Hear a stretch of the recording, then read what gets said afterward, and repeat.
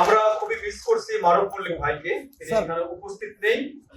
আরেকজন লেখক ছড়াকার, যিনি ছড়া লিখেছিলেন, রক্ত দিয়ে পেলাম, ধরা যায় না বলা যায় না, ধরা যায় না ছোঁয়া যায় না বলা যায় না কথা, রক্ত দিয়ে পেলাম শালার আজব স্বাধীনতা, যিনি মুজিব আমলে লিখেছিলেন যে খোদার আসন ভেদে আসে মুজিববাদী বন্ধ, আল্লাহ বলেন লে হালুয়া আরো আমার বন্ধ। যখন ৭৪-এর দুর্ভিক্ষ চলে তখন তিনি এই ছড়াটি লিখেছিলেন। আবু সালেহ ভাই, যারা একটি ছড়া এখানে রয়েছে, তিনি আজকে আসতে পারেননি অসুস্থতার কারণে, আমরা তাকেও ধন্যবাদ জানাই। সবাই আবারও করজোরে একটা হাততালি দেবো আমরা।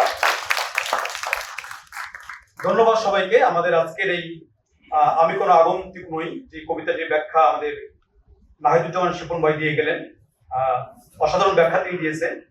তো সেই বইটির মোড়ক উন্মোচন অনুষ্ঠিত হলো। আমরা মারুফ মল্লিক ভাইকে আমরা মিস করতেছি। আমাদের আরেকজন সম্পাদক এখানে উপস্থিত আছেন। আপনারা জানেন যে বেশ আগে আওয়ামী সময়ে একটি সম্পাদকীয় ছাপা হয়েছিল দৈনিক সমকালে, উত্তেজিত রাজধানীতে দুটি সমাবেশ নামে। একই দিনে বিএনপির পূর্ব নির্ধারিত একটি সমাবেশ ছিল, সেইখানে একই দিনে সেই সমাবেশকে ঠেকাতে আওয়ামী লীগের একটি সমাবেশ গুলিস্তানে দিয়েছিল।